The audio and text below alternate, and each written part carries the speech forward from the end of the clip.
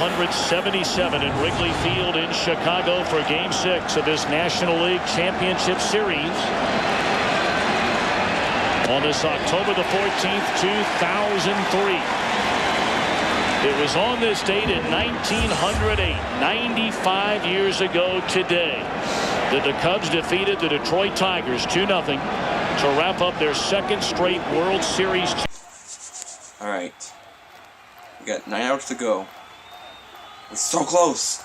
So close to being World Series bound. I can feel it. We're going to... What are you doing? Stop looking so nervous. I'm going to become nervous then. No, stop it. Hey, listen to me. Listen to me. We have Mark Pryor on the mound. The next few batters for the Marlins might get a hit. Maybe a double at most. That's about it. But we're up 3-0. Top of the 8th. We are going to the World Series. It's going to be great. I know. We're going to play New York or Boston. Who matters? It doesn't matter. All that matters is we're going to beat who we're going to see in the World Series. It doesn't matter if it's New York or Boston. We're going to kick their ass. Damn straight I'm right. By Mordecai Three-Finger Brown, won 29 games that year. In the air at Alou. 1 out. We're getting there. We're getting closer. Okay, counting outs is not superstitious. Come on, don't be like that. Just because we have bad mojo with the Cubs doesn't mean we have to be superstitious now. That's all in the past. Hey buddy, pay attention to the game. Stop being on your flip phone there. Come on. Jeez. You can't see anything on that screen anyways. Why are you even looking at it? Game's over here. Jeez. Alright, we got 1 out here. We got the... Oop. Foul... Yeah, foul ball. Moises is running. He's got it! Yes! Yes! Oof. That was a close call. Moises almost didn't grab it. That fan almost got in the way. Wouldn't that have been really bad if he would have caught that instead of Moises?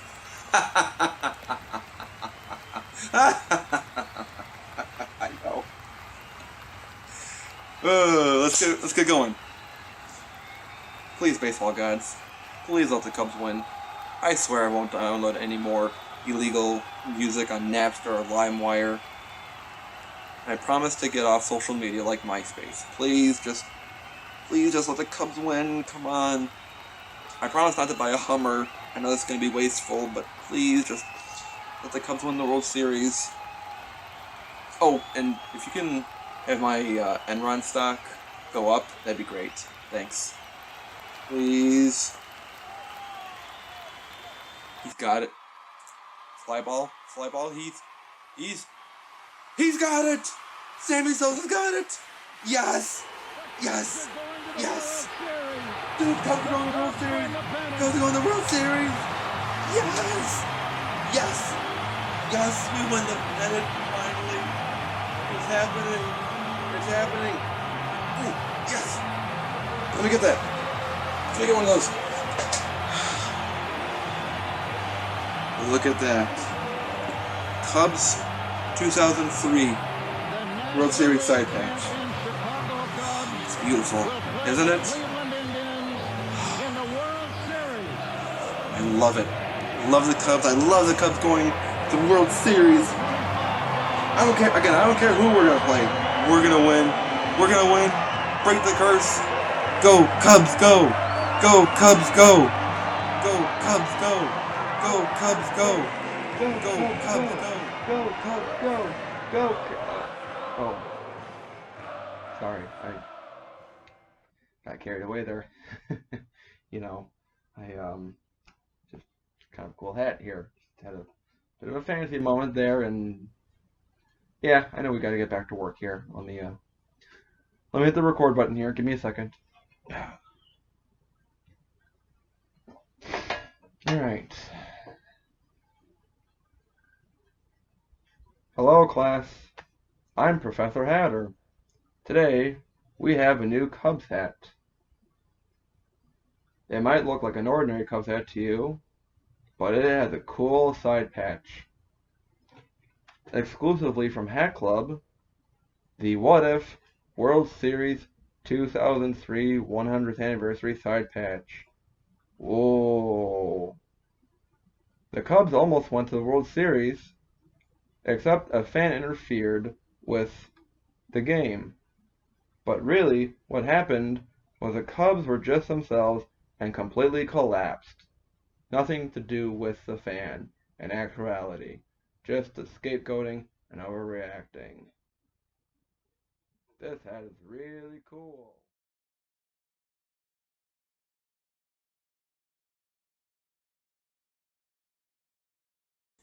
Hi everyone, Professor Hatter here. Wanting to give you a little bit of extra perspective here and a little extra commentary. I was in 3rd grade. I was 7 when the Cubs went to the NLCS in 2003, and I don't remember much of it.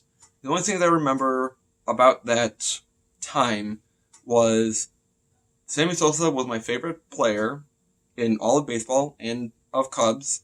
He was the reason why I became a Cubs fan, because he was just so good at the time. And since, of course, he's lost a lot of credibility with his lack of truth to what he's done with steroids and other PEDs. More of the way that he's handled it and carried himself throughout these situations. But that's for another time. But the other thing I remember was I was in elementary school at the time. I was at Fairview, and all the teachers were excited. Teachers would be wearing Cubs jerseys and hats and shirts to class every day, pretty much it seemed like in October. And I remember the easiest homework I ever had was from Miss Caradasulis. And the easiest homework is not no homework.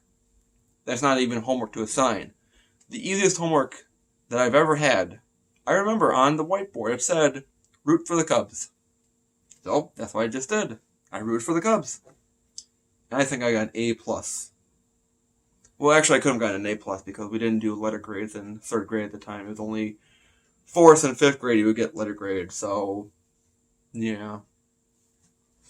But I don't remember much, really, any part of the Bartman aftermath and what happened because of what he did. What he did was a natural reaction. I don't want to go into too many details. There is a really great 30 for 30 documentary, one of my favorites that they did, talking about the Bartman game, and it's called Catching Hell. And it goes through his actions and just scapegoats in general in baseball. Billy Buckner, who was a Cubs player, was traded to Boston in the mid-'80s, and in '86 he had a infamous play where Red Sox could have won the game, but then the ball went through his legs. He was on first base. It just went right through him, and it was just an unfortunate moment. And it happens to sports athletes and stars and players where things just happen, and they can't explain it. It's physics. It's just sometimes bad luck, and I feel really bad for them most of the time. Now, if it's another team that I don't like, then of course I don't feel too bad for them. But more often, it does suck. But what sucks more is the shit that Steve Bartman got from not just Cubs fans, but the city of Chicago and so many more people that were just so mean to him. And through the documentary, Catching Hell, things got out of hand.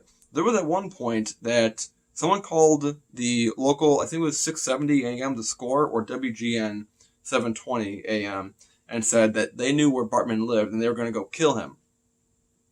This was really bad. This was before social media was really a big thing, before there was YouTube, before there was anything that was instantaneous like there is with the internet today.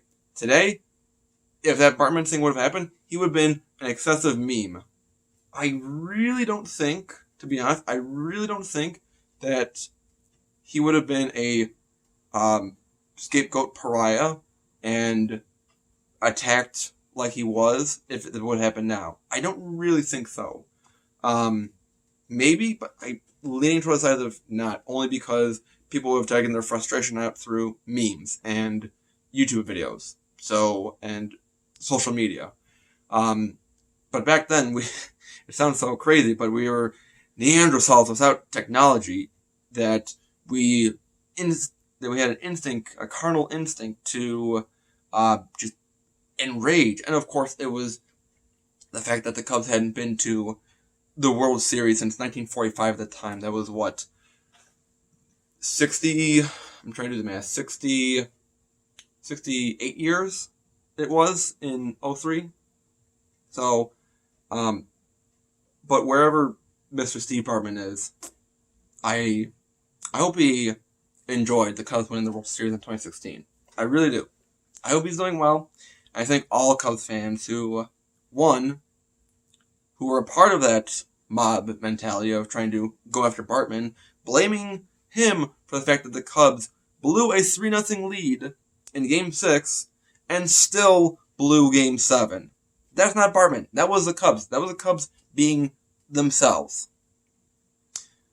So, I hope Cubs fans have a long time before they forgive themselves who were part of that mob mentality against Steve Bartman. And I hope that Cubs fans like me who don't remember it, or who might not even been alive at the time, feel remorse as a collective community that Bartman come out one of these years. Because I know that they sent him a ring. The Cubs organization sent him a ring, and they kind of extended an apology with the ring, and hasn't been any word of him since. I haven't heard anything else. I heard through one of our neighbors whose brother was at a barbershop, I think in Wilmette, Illinois, a suburb of Chicago, that Steve Bartman was there. And that was the last time I heard anything remotely about him after the Cubs game. So, my uncle was actually at the Bartman game, and he said about 8, if not 9 rows away from where Bartman sat, in the same section. So, every time we go to a Cubs game, he always points out, he's like, that's the seat over there, that's the area I sat in when it was a Bartman game. So, it's kind of cool. So, hopefully, to Steve Bartman, that, I don't think he watches this, but if he does ever, I hope you have a good time rooting for the Cubs. I hope you're still a Cubs fan. And to everyone watching out there, don't make scapegoats of fans. It's just bad in the stands. So, to Steve Bartman, hats off to you. And to everyone else who's watching this video, hats off to you as well. Have a good day, everyone. I'll see you next time in class. Go Cubs, go. Bye, everyone.